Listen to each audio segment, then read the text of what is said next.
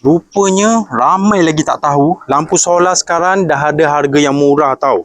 Kalau dulu lampu solar macam ni, ya, memang mahal. Sebab yang dulu punya kualiti dia tinggi. Sekarang dah ada kualiti yang rendah sikit, kualiti yang pertengahan. Tapi tetap korang dapat lampu solar yang boleh nyala terang dari maghrib sampai subuh. Korang pakai yang model ni tau, harga bajet, kualiti dia padu. Korang dapat lampu saiz besar macam ni. Kalau yang model ni sesuai untuk jadi lampu jalan.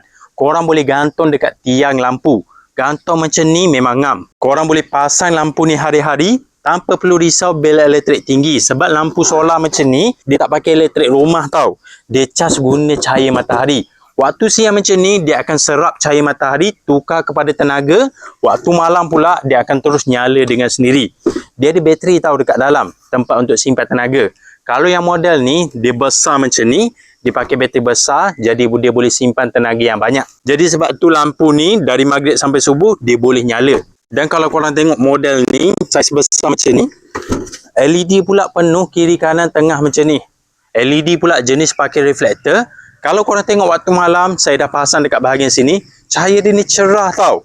Sebiji lampu ni dia boleh cover kawasan yang luas. Dan yang paling shock bila saya pasang dekat sini, saya tak payah nak buka tutup switch sebab lampu ni dia automatik nyala.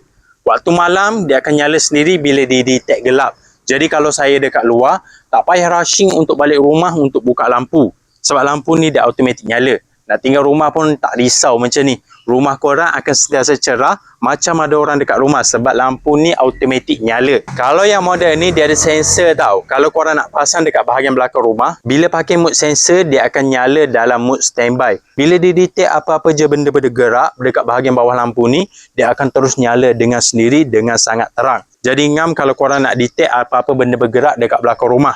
Tapi kalau korang pasang dekat tepi rumah, dekat jalan utama macam ni, tak payah pakai mode sensor. Pakai je mode biasa. Lampu ni dia akan nyala terang sepanjang malam.